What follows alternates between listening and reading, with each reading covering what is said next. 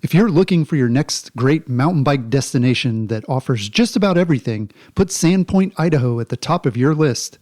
The Lower Basin Trail System serves up world-class riding through towering timber and across massive granite rock slabs, with trails for every rider, from technical black diamond descents to fast, flowy cross-country loops.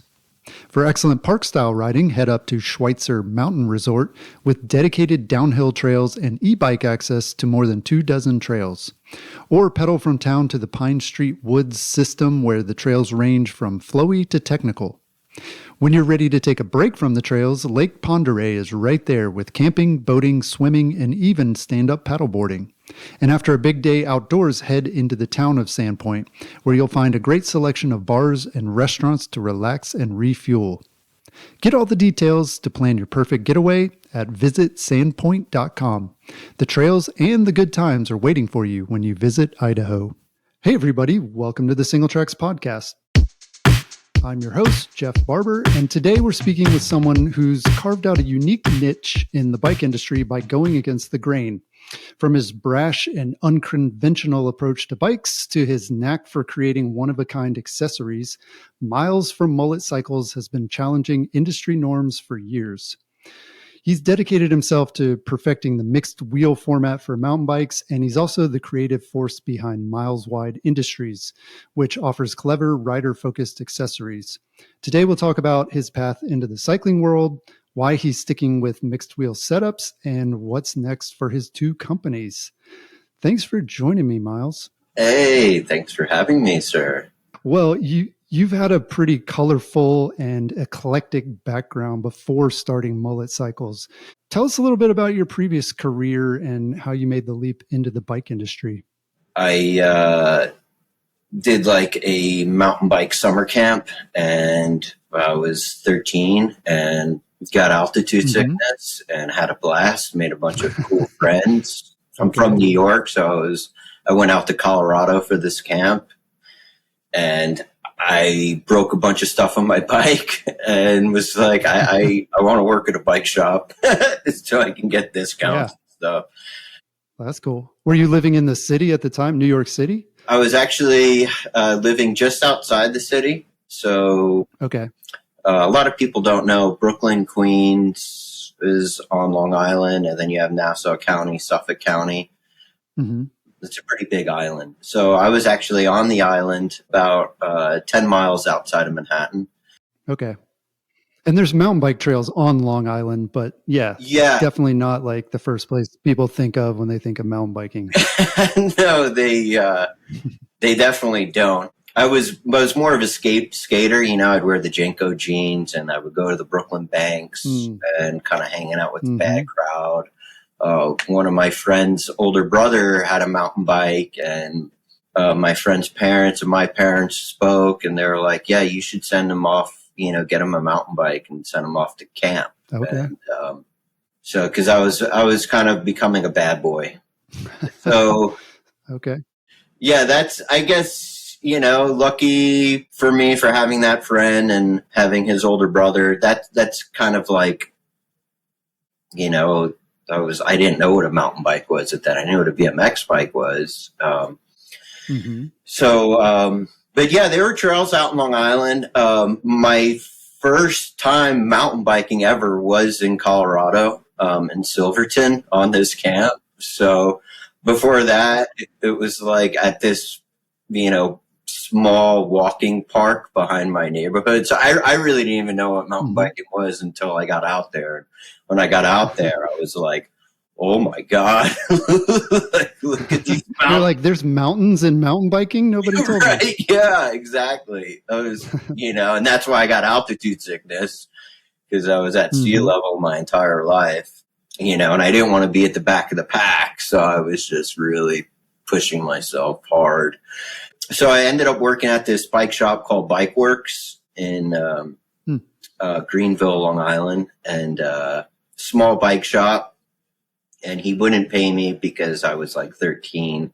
But I was like, I'll just work for parts. I'll clean the shop. I just want to learn everything about bikes, how to work on my bike. And I mean, kind of like long story short on that end, I ended up working there till I was like 26. Even when I started other companies on my own, it was just, he kind of became like a second dad to me in a lot of ways.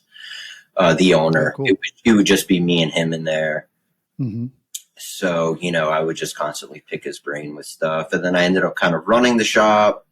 And then when I started my companies, I would work there like on Sundays, just as a bit of therapy. So working at the shop, I never wanted to get into the bike industry. I saw how competitive it was. Plus, we carried Specialized and Trek, which is really rare. He kind of got like grandfathered in. Yeah. He opened up, I want to say, like in the late 70s. Okay. Early 80s. So he got those brands like when they were, kind of starting out. And yeah, it was just, there was so much good stuff out there. And it was just so competitive. And I just was like, well, you really can't make money in this industry. And yeah. And so I know a little bit about your story. I mean, kind of fast forward through and, you worked in jewelry design. You had some of your own companies. So how did you get back, what brought you back to say, you know what, I'm going to start a bike company? How did Mullet Cycles officially get its start? Well, it was kind of organic. While I was working at that shop, I had started a personal lubricant company, which, ended up being very successful. And we had a customer come into the shop and asked if, heard that I made that product and wanted to pick my brain about it. It was like, I got a product that I would like to make with you. And that I had a bunch of kind of time on my hands because I had like a warehouse distributor. It was all pretty just up and running. I got into some major retailers such as CVS with it. So what he had was he was on like a road bike race team. Okay. And they all use Ziploc bags in their bicycle jersey. And he was like, we should make a neoprene bag that has a bunch of compartments to hold all your tools, and we can stick that in our bike jersey. Okay. I was a mountain biker. Road biking was pretty dangerous in the metropolitan area. I would sometimes, people, a widow would bring in a bike that I had worked on and say, my husband got hit by a car. I don't want to see this anymore. Jeez. Part it out and sell the parts or whatever you want to do with it.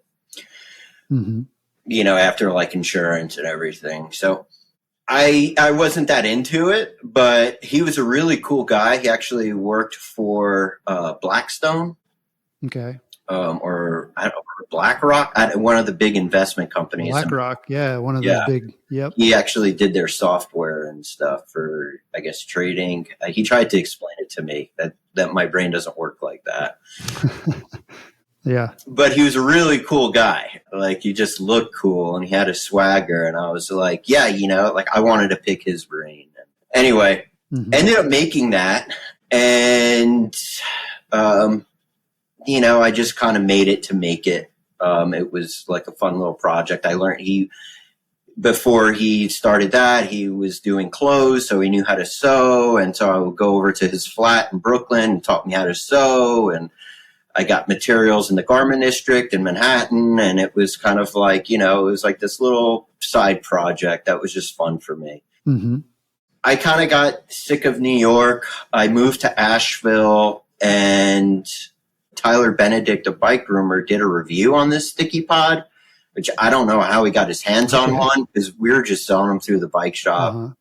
No PR person reaching out and saying, "No, check this thing." Yeah, it was. We had he built a website, like a one-page website, and I would maybe send out like 5 a month, mostly in the Northeast area. And so I opened up my PayPal, and it was just like, there was like 15K in there, like overnight. Oh, wow. After just having like a few hundred in the sticky pod PayPal. And I was like, holy crap, my website got hacked or something. I ended up Googling it, saw it was on Bike Rumor, opened up my inbox so that there were like distributors in there that wanted to carry it and all of this stuff. At that point, I had sold my lubricant company. Mm-hmm. So I was like, okay, I'll start making this stuff. And I had distributors asking me what other products you make. So I started just developing a product line of products that I wanted, but nobody else was making. Mm-hmm. So like I made the grips for brake levers. I made a shock stiction lube. I made like this bottle pod, which was an organizer for like it was just basically a bottle that had compartments in there and you could put in your water bottle cage. Because again, I had bicycle jersey. So I really didn't even use a sticky pod. Like I would just use it as like a little thing in my car for stuff. Yeah, a little pencil case. Right. Yeah, a little pencil case. After Asheville, I moved to Colorado. I just wanted bigger mountains, and I always had a love for Colorado after riding there when I was in my ute. Mm-hmm. I would do that summer camp like every year. So I ended up being like a counselor on that camp. And so I had experience all over the West Coast in like my teenage years, which is great.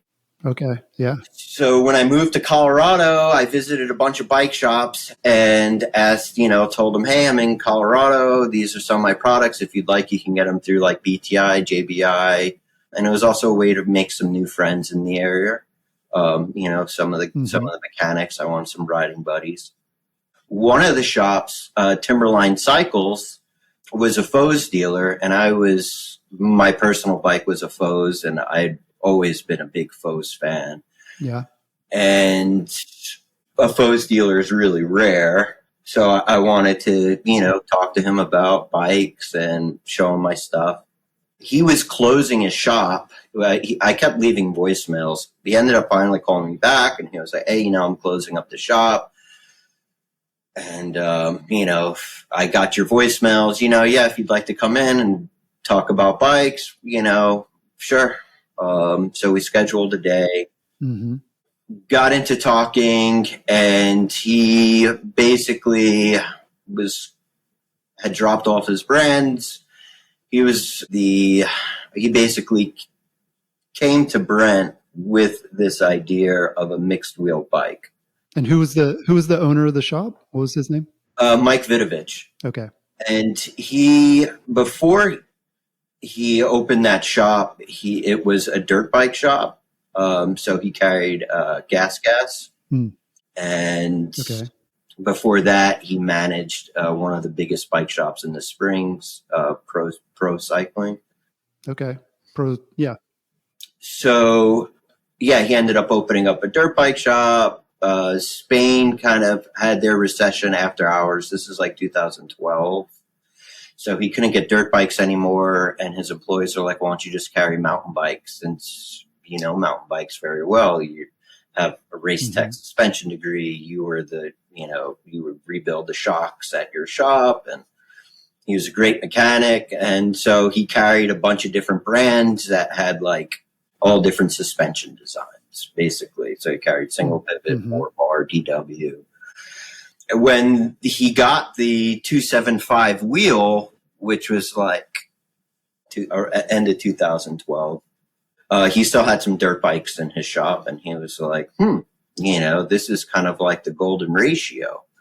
He had he carried like Ventana, and they had a 69er, so they had a 29 front, 26 rear, as well as Moots did as well. Okay, yeah. And he felt that the ratio was just too big apart, and he thought like the 275 was kind of like the Goldilocks. Right. So he started throwing those wheels on his 29-inch wheel bikes that he sold, and was like, and he had some really fast riders. He had one guy, Tucker, who won state championships downhill.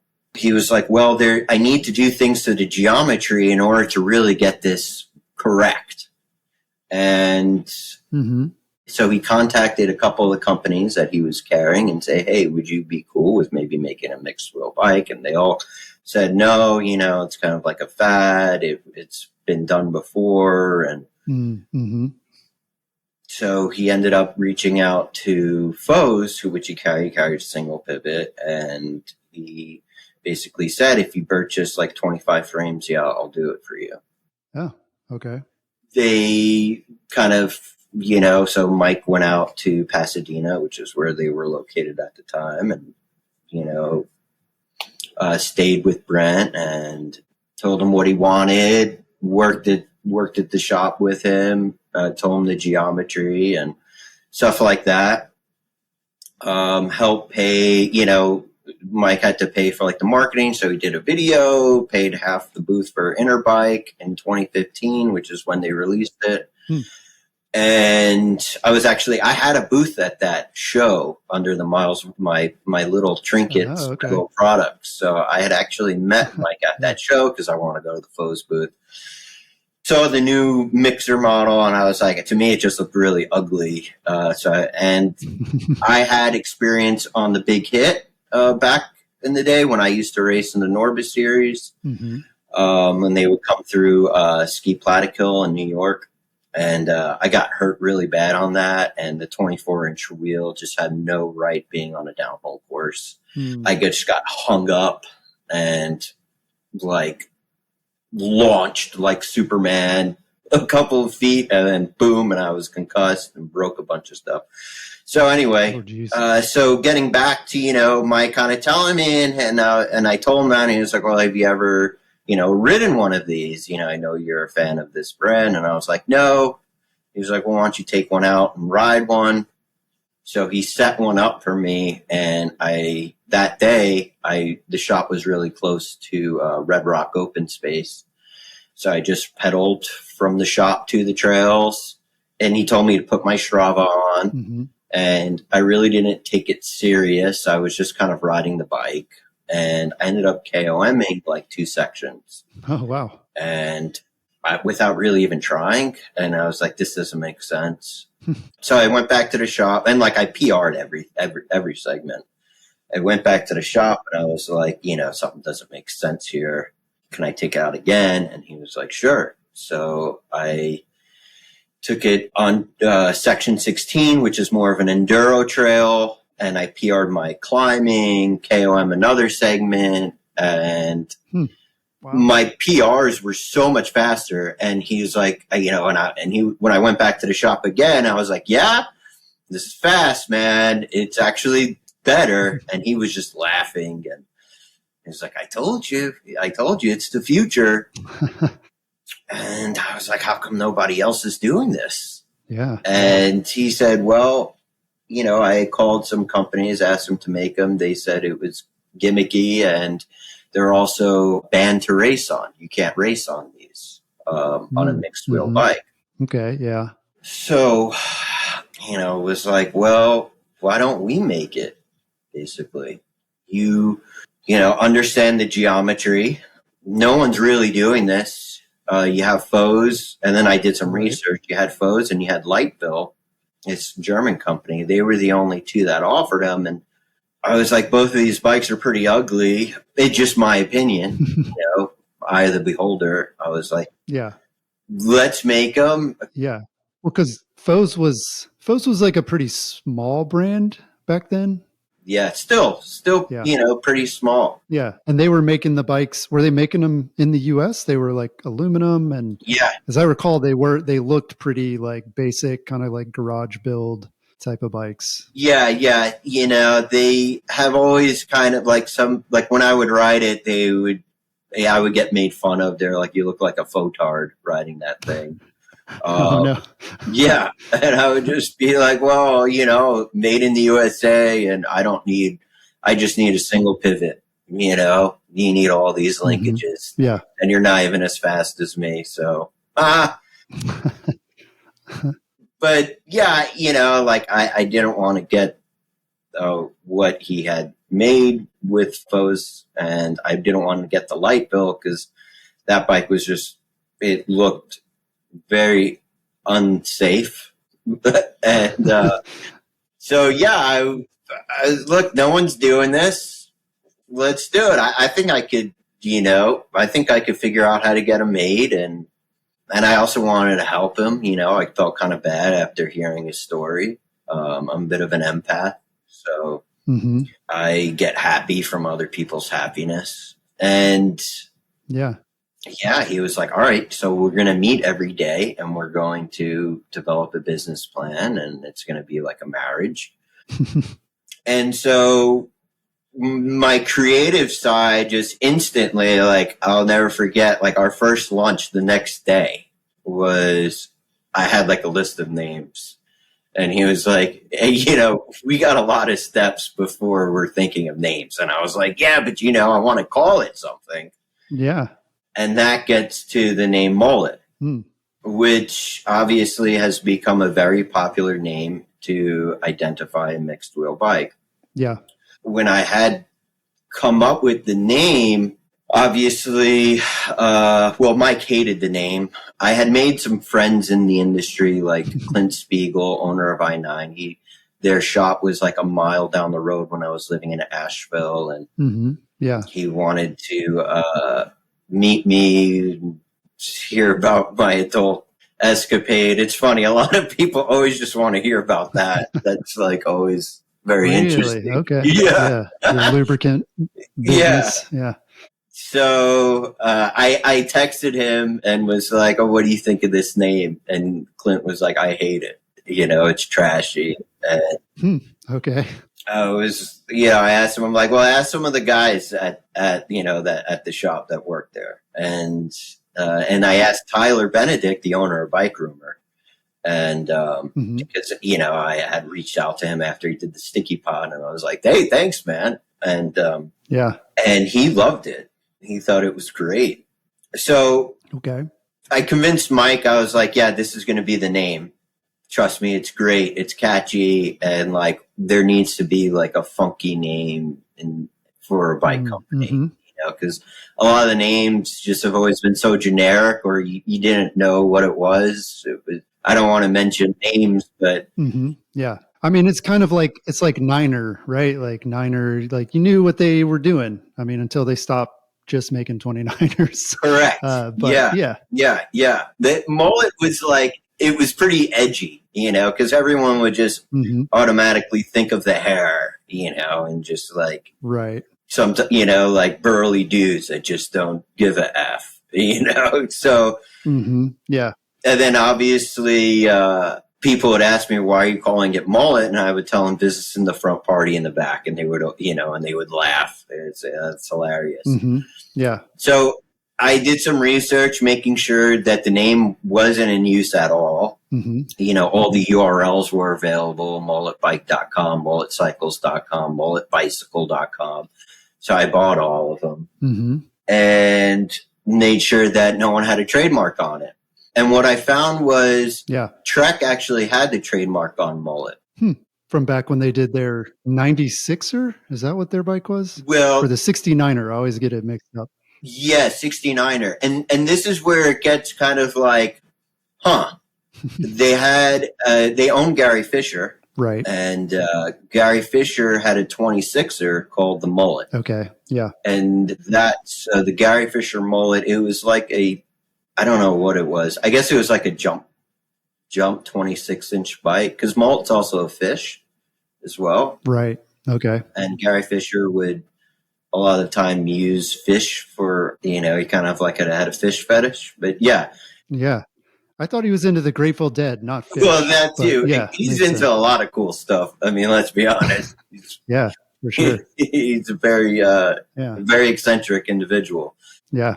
So Trek had the trademark on Mullet, but they didn't use it when they came out with their 69er. They just called it a 69er, which was a 29 front, 26 rear.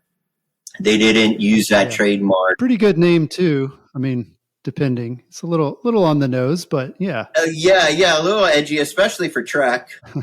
Yeah. But yeah, it was a great way to, let people know that it was a mixed wheel bike. Right. Or a Franken bike, as we kind of used to call them. Like when I had my big hit, we called it a Franken bike, because they had a big hit, a 26er big hit, and then they had the 24 26 big hit, so we would call that a 46er. Okay. Or a Frankenbike. So yeah, it was surprising to me. I mean, not really, but I guess in hindsight, surprising to me that Trek didn't call the 69er a mullet, since that term has gained so much traction. And when I would Google search for mullet, the only thing that came up was like a cyclocross coffee club in San Francisco. I guess they called themselves like the Mullet Riders, and vaguely related. Yeah. And the rest, everything on Google was just about haircuts and stuff. So I was like, okay, I think this name's for the taking. Well, I guess there was a thing I thought I heard too. There was like a gearing thing where people called like certain type of gearing a mullet setup or something, but it had nothing to do with the wheels. Correct. Yeah, that actually came in quite a bit later as far as referring it to mullet. Oh, okay. And SRAM was the one that was doing that. They started doing that like in 2019, 2020, after mullet all of a sudden became a thing, a business in the front party. Like, let's mix everything together. And I actually reached out to SRAM. Everything's a mullet. Yeah, everything's a mullet now. So I reached out to SRAM and said, hey, I have a trademark on mullet. Can you, maybe not call it a mullet? So now they call it the adventure build or something.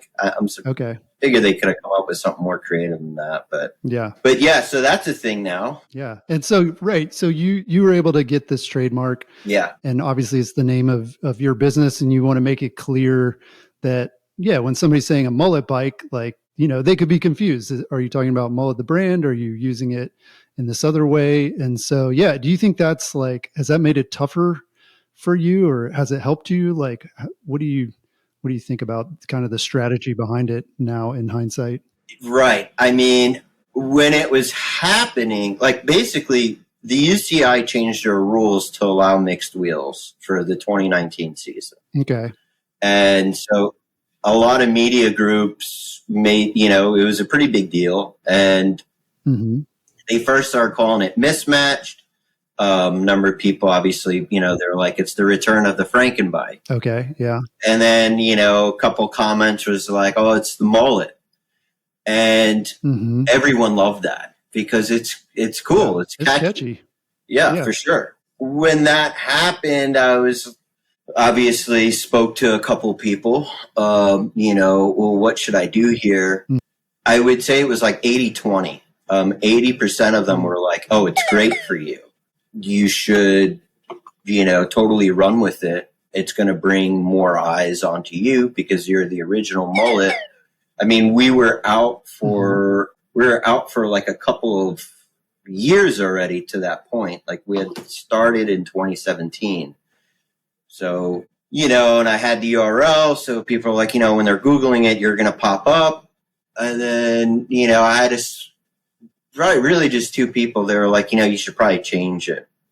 I had done a lot of work and invested a decent amount of money, in the trademark, designing the head badges, getting them casted by my jeweler, the fonts, building the website. And I was like, that's what this is. I was like, this is a mullet.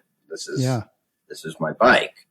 So, sometimes it's something I do battle with. Companies started calling them mullet, and I'd have to reach out, just to try to protect my brand as best as I could without suing everybody, because I didn't want to sue everybody. Again, we carried Specialized, and that was kind of Specialized tactic. And I always thought that was, dirty. It just wasn't a good way to grow the bike industry, like with Enduro, for instance. They had the Specialized Enduro and the Roubaix. Yeah, there's a lot of examples. Right. Yeah. And they were going after like bike shops and stuff. And, Enduro became like a whole sect of discipline and riding. So I didn't want to do that. So I just, would tell bike companies, you probably don't know I exist. I'm small, but I have this trademark. Can you please not call it that? So they called it MX, which is why you see a lot of companies call it MX. Mm-hmm. So that's kind of, didn't make these bikes to sell a ton, to make friends, to be cool. I just made them because I wanted a better bike for myself. And there were certain things on the bike that I wanted, such as 3.0 tires. Mm-hmm. I like a really big chainring. I was like a runner back in high school, and I didn't want to be able to run faster than I can pedal. And yeah, with a 38.2 chainring and a 52 cassette, I'd be able to climb anything. And then when it came to descending, I'd be pedaling past people when they're in their tuck, if we're on the fire road. Or if I'm on like a long descending single track, I can still keep my speed up without just pedaling out. And yeah, people weren't offering that. Yeah. So talk about what makes a Mullet Cycles bike different from other mixed wheel bikes. Obviously when you first started out, there weren't a lot of choices. I mean, it sounds like there were 2, maybe. But now seems like everybody's got a mixed wheel bike. So what makes a Mullet Cycles bike different from all the other ones that are on the market? So this kind of, I would say, the geometry. Okay. The geometry is the big deal with it, which is why I don't publish it. When we were building out prototypes, I still had like a vision of certain numbers. I was like, I need the head angle to be this. I need the bottom bracket to be here. And Mike was pretty adamant. He was like, look, if you want to make a bunch of prototypes, go ahead and time test them and, see what's going to be the best. So I made like over a dozen prototypes ranging from like head angles from 62, like all the way up to 68. Different bottom bracket heights, different seat angles, different chainstay lengths. Oh. And over the course of almost a year, I would ride like sometimes 3 times a day on section 16, and that trail in the Springs kind of has everything. They have dumbed it down. It's not as chunky as it used to be, but had really steep switchbacks. Yeah, I remember riding it when I lived there for sure. Oh, okay. So you're familiar with it. Yeah, I felt like that was a great proving ground. Yeah. Sad that they dumbed it down. It was definitely a really technical trail. Yeah. A lot of people got hurt. So, what are you going to do? I guess the town just didn't want to get sued, or who knows. Mm-hmm. So when I was time testing and everything, like I remember one prototype that just felt really fast, but it just wasn't the fastest on Strava. And one particular was consistently the fastest on climbing and descending. Mm-hmm. And again, long story short, this was the geometry. And it wasn't what at that time, modern geometry, you had long, low, slack. It didn't follow those guidelines at all. And, the difference between a bike from the 90s versus one today is geometry. You can put like great suspension, great brakes on a bike from the late 90s. It's still going to feel very unstable and ultimately slow. So like, dirt bikes get their speed out of motors. We kind of get our speed out of geometry. Like a modern hardtail with modern geometry, symmetrical wheel or safety bike will be faster than a downhill bike from the late 90s. What's his name did a test? Kyle Warner did a YouTube video on that with his Niner hardtail versus like a retro downhill bike, and the hardtail ended up being faster. Mm-hmm. So with mixed wheels, there were things that you were able to do that you couldn't really get away with on a symmetrical wheel bike or 29er or 275er platform. Mm-hmm. And, it's still something I kind of struggle with because I would love to share the geometry. But at the same time, people would see the geometry and probably say, I can't ride that on my trails. It's, I'll get hurt. Yeah. I mean, is it like, I know you won't share the numbers, but yeah, I guess you're saying it would be surprising to people or shocking, or they'd be like, whoa, that number is right, ridiculously high or ridiculously low. That couldn't possibly work. Yes. Because I have, told some of my friends and they're like, that makes no sense. Like after they ride the bike and they're like, okay, yeah, it's fast. Oh, yeah. They open up their Strava and they got a bunch of PRs and they're like, okay, please tell me. And I tell them, they're like, that doesn't make sense. So, interesting. releasing the geometry, people would look at me and be like, they don't know what they're doing. And then Specialized, or one of these big box brands, would do it. And then it would be okay. Kind of like, Specialized and Loic Bruni, he was one of the first. So you still haven't seen those numbers from anybody that get close? There's, for instance, they're still pretty far away. And now, okay, new trends have come with really steep seat angles, and now they're going longer chain stays. Like, the industry is always evolving geometry, and I firmly believe it will continue to evolve. Right. It's a great way for companies to sell you a new bike every year. It's marketing, and marketing is a hell of a drug. And you get really fast riders that can be fast on anything, and they're fast on this quote unquote newer geometry, and then everyone's like, oh, that's what I need. So it's like, I get it. Like, people want to know the geometry, and real riders want to know. I totally understand, because I'm a real rider. And I don't know if I would trust a company that wouldn't release their geometry, because that's just generally how you get a good idea of how the bike's going to perform and behave on certain trails.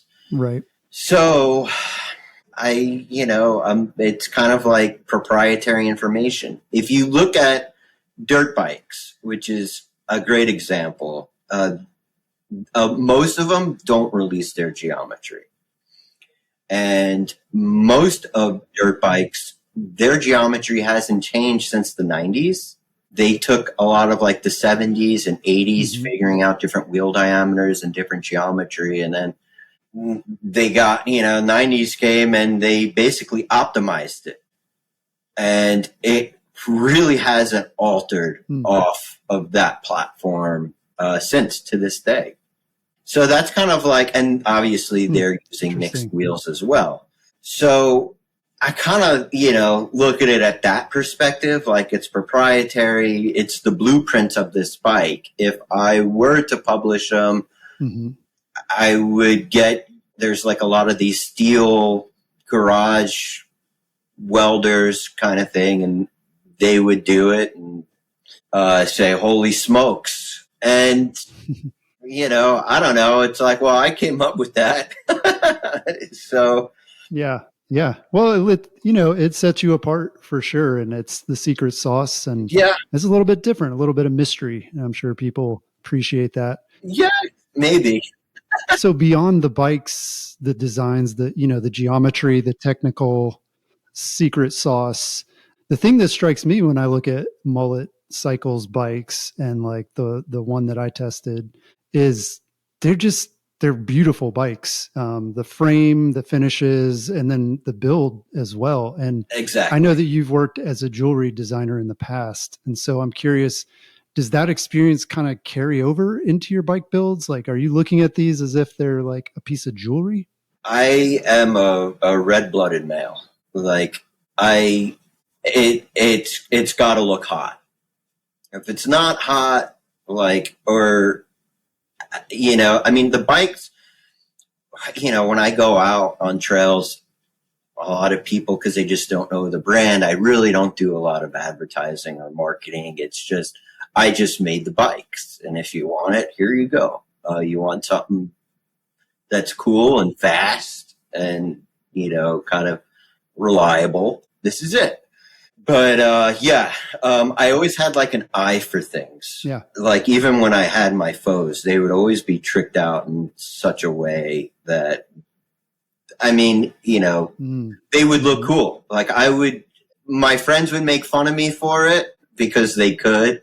But when I would go out, people would be like, oh, wow, that thing looks cool.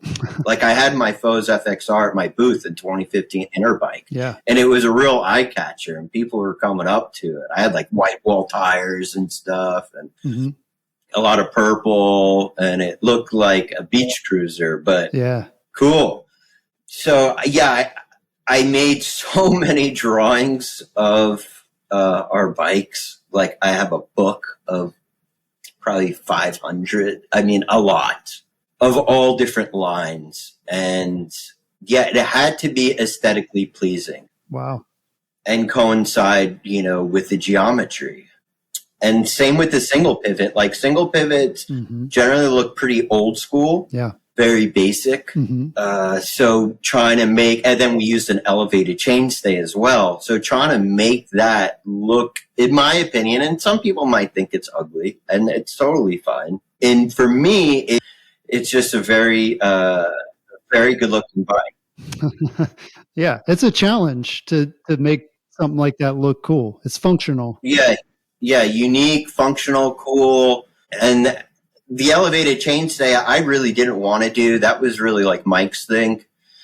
And he explained to me, he's like, look, you want the big tire, you want the big chainring. The only way we're going to be able to do this is if we do an elevated chainstay.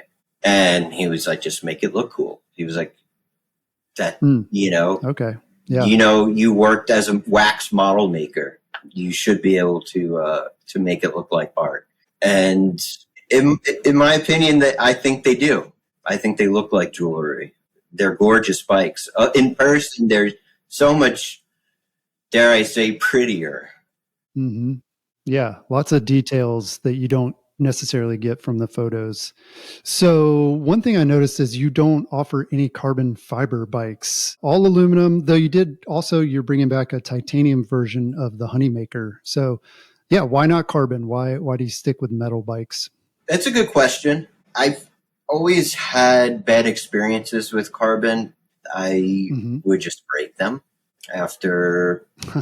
I didn't have a carbon bike for like longer than, let's say, 5 months before it would fail on me. So, it was definitely a topic with my manufacturer because of the lines that I wanted to do.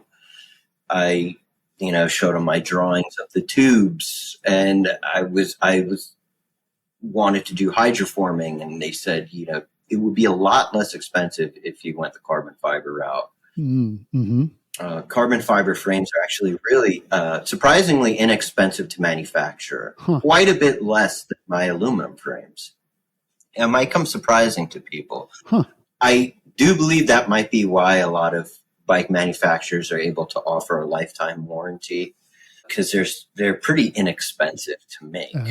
But it's carbon fiber, so people think, well, I should be spending a lot of money on this. I believe that carbon is great for pavement. It's really stiff, really light. And you want something really stiff that gets all your power down. And for a full suspension, you want something that's laterally stiff, so that rear triangle is just going on a vertical path. So it's easier on the bearings, easier on the shock, and the bike will feel more plush than if that rear end is flexing. But again, I had really bad experiences with it. A lot of the times I would break them if I would crash. The bike would just kind of, I would walk back to the bike, and then I would inspect it, and I would see a hole in it because it hit a rock. So for me, I liked aluminum. I mean, there's obviously steel as well, which is another fabulous metal. It's very strong. Obviously, they make bridges out of it. For full suspension, I admire the power or the strength to weight ratio that aluminum provides. Mm-hmm. And when I'm climbing, having something lighter, it's just going to get me up the hill faster. So, right. Yep. Aluminum, I just felt was going to be the best material, at least for a full suspension bike. For the hardtail, we could have done steel. Our frames would have been a lot less expensive because it's such an inexpensive material, and it's also far easier to weld than aluminum.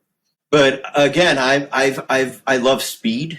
I kind of like a speed freak. All I want to do is just go fast. So having an aluminum frame, even a hardtail frame, was just going to be faster than a steel frame. And what's great about steel is it is very compliant. So it does like to stretch and bend and flex. Yeah. It likes it. That's why I like bridges, again, made of steel, so the bridge can flex. Train rails, steel. If you ever watch a train going over the rails, you can see the wheels flexing the steel. Yeah. Titanium offers a lot of similarities to steel with that compliance. But it kind of has like all the good, none of the bad, obviously, other than the price. It's still pretty easy to weld, right, but the material is far more expensive. However, it's far lighter and it won't rust or corrode. So all the bikes that I make, I ride. Yeah, that's a big advantage. Yeah, right. It's just an advantage. And all the bikes I ride, I just want to go fast. So, would I sell more if I would make them in steel? Probably. Steel is real is a great marketing term, but I wouldn't be going as fast. Well, speaking of going fast, your website teases a mixed wheel gravel / adventure bike. So I'm curious about that bike. What's the thinking behind a Mullet gravel bike, and where are you kind of in that development process? I believe that a symmetrical wheel bike, it's based off the road bike platform. Mountain bikes being symmetrical, and also like in the early days, it was basically road bike geometry. It was just using knobby tires. So after diving into this mixed wheel hole that I have for almost 10 years, I look at a mixed wheel bike as the dirt bike platform. Your front axle sits higher than your rear axle, so it's more difficult to go over the handlebars. And there are things that you can do on a dirt bike platform as far as geometry that you just can't do on the road bike platform, symmetrical wheels. The gravel bikes were going off-road. Going over the handlebars sucks. And I kind of got into gravel riding because, I just enjoyed it. You can really put in a lot of miles and see certain places that, generally you might not see, at least on my mountain bike trails where I was living. So I went over the handlebars on a gravel bike a couple times, and I said, I need to make a gravel bike with a larger front wheel where my front axle's higher. Because when you are running a larger front wheel, you're basically lifting up on the handlebars almost an inch off the ground, even when you're obviously not. It's just all the time like that. And when you come up to an obstacle or something that looks a little sketch that's in the road, you lift up on the handlebars. So, and sometimes you don't even see it if it's like a pothole and you just got your head down. So by running a larger front wheel, it just made the bike more stable off-road. So figuring out the geometry again has been nothing short of a lot of work. Again, I made a bunch of prototypes. I've been working on it since 2019. So like 6 years almost, which is nuts. Yeah. But it had to be perfect and it had to be better. I just didn't want to make a mixed wheel gravel bike and say, oh, here's the mixed wheel gravel bike. You should buy it. Because I ride it and it needed to impress me and it needed to be faster than what my road bike platform gravel bike, my 700C front and rear. Yeah. It needed to be faster, both on climbing and obviously descending. I couldn't just take the geometry for my hardtail and copy it. Of course, I made a prototype like that, and it didn't feel right, and I wasn't fitted on the bike properly with the drop bars. So finally, and it's somewhat funny. Like Strava testing on gravel is a lot more the segments are longer, and some days you feel good, on a 40, 50 mile ride. Some days you don't, and it takes a lot of time. Yeah. So comparing times, it was difficult. When I finally figured out the geometry, I was living in Alabama, and my dealer, Southern Carnage, and I forgot it's like a small town in Alabama, but he's such a cool bike shop. He's a bit of an OG downhiller as well. He did group gravel rides once a week, and he would have like groups of 30, 20 people. And he's turned into a fairly big gravel rider. And we're the same height. So I dropped off this final prototype to him, and I told him, tell me what's wrong with it. I told him, I don't care what it does good. I need to know what it does bad. And because I couldn't find anything anymore, I was like, I think this is it. And I almost wanted to make another prototype. So Friday I called him because I didn't hear from him. And I was like, so what's wrong with it? And he goes, well, I'm sorry, you're not going to be able to get it back. And I'm like, oh no, something go wrong. And he said, no, I'm keeping it. You're not getting this back. Just let me know how much you want for it. And I started laughing. I was like, so you like it? And he was like, it is perfect. You got to make this. I've been working on them. I ended up having to make my own fork. So I made my own titanium fork. And in order to coincide with the geometry, that was one of the missing pieces of why it was. I just couldn't find a fork, and I couldn't design the frame around the fork to get just proper stack heights and stuff to make me fit right, and also get the hammer down when I'm pedaling or out of the saddle, and still be stable and easy to turn on like 20, 30 mile an hour descent. So anyway, probably in the next couple months, I'm going to release it. I'm only making 30 of them. Okay. So very limited. I just kind of want it for myself again. And yeah, if other people want it, cool. Maybe I'll make more again, in like a year or so. But it was just, it was so much work. And I'd imagine other companies will probably make a mixed wheel gravel bike down the line. I don't see why not. I mean, just even taking a single track off of a gravel road, you just don't feel like you're going to die, and you're still able to have fun. And that's what bikes are about. It's about having fun. Yeah, that's a good upgrade. And to fit smaller riders, I would guess, too. People who are kind of in between like a 650B gravel bike and a regular full-size 700C. Yeah, it makes sense. Yeah. So in addition to Mullet Cycles, you run Miles Wide Industries, which offers some unique products we kind of talked about. Cable buddies, the fork cork, sticky fingers, brake lever covers. Which one of those products or any of your products is your personal favorite? That's a really, really hard question. I probably, and this might come as a surprise, I'd probably say the Wet Seal Stiction lubricant. Okay, yeah. And it's not the same formula as my old company. This actually developed when I was living in Asheville. So back like in 2014, 2015 is when I came out with this. And the Suspension Experts, which was a bike suspension shop in Asheville, they ended up getting purchased by Fox, but they were really good. And I kind of worked with the owner on coming up with something that would be safe and work and not attract dust and residue. Mm-hmm. That stuff, the moment I put it on my fork or my shock, it just instantly makes it feel like butter.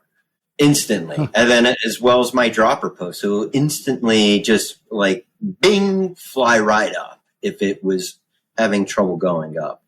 I use that stuff a lot. Yeah. Yeah. I've used it for sure, like on a sticky dropper post. One that I actually, probably needed to service it, but yeah, just put that on and it's a quick fix. It's a good Band-Aid, it's a good Band-Aid. Yeah. Then I'll probably, it comes close with the sticky fingers, the grips, because I don't ride with gloves. And obviously every time I ride, I'm on my brakes, I'm using them. Mm-hmm. And there are times when I take them off, or I have a customer's bike that I built up and, they're optioned without them, and I'll do a quick parking lot ride just to make sure everything's dialed. And it feels wrong grabbing metal brake levers. They almost I don't want to sound like a wimp, but they almost hurt after being so used to the grips.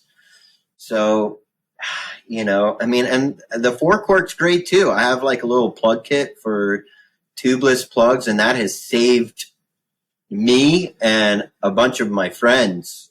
It's one of those things like, does anybody have a spare plug? And I've got 10 of them right here in my steer tube, like kaplow, and that one has saved me. If you talk to me when I'm like 15 miles out from a trailhead, 20 miles sometimes, and I got a flat all day, I'm going to say this is the best product I've come out with for sure. Because it's there and you never forget it. It just sits inside your head tube. So yeah, but I'd probably say, the wet seal, man, that stuff is butter. And there's been a number of companies that have tried to replicate it over the years, because that stuff's been out for like 10 years already. But wow, yeah, my formula is the best. Yeah, cool. Well, we talked about the titanium honeymaker that you just rolled out, and then obviously you're working on the gravel bike. But what else? Is there anything else that's next for Mullet or Miles Wide that you can tell us about? So for Mullet, I'm kind of working on something which I would love to share, but if I do, everyone's going to kind of jump on it, and I don't want to. I want to release it and then say, "Here, surprise." So, yeah, can't really. The gravel bike is kind of like the next thing. You might see like a teaser of what I'm doing. I really don't post on social media.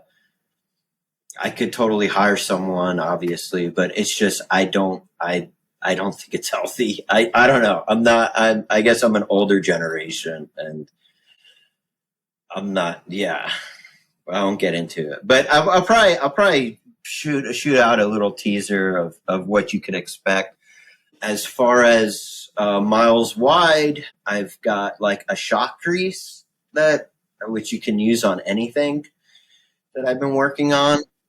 I'll probably release that in a couple months. It's really good.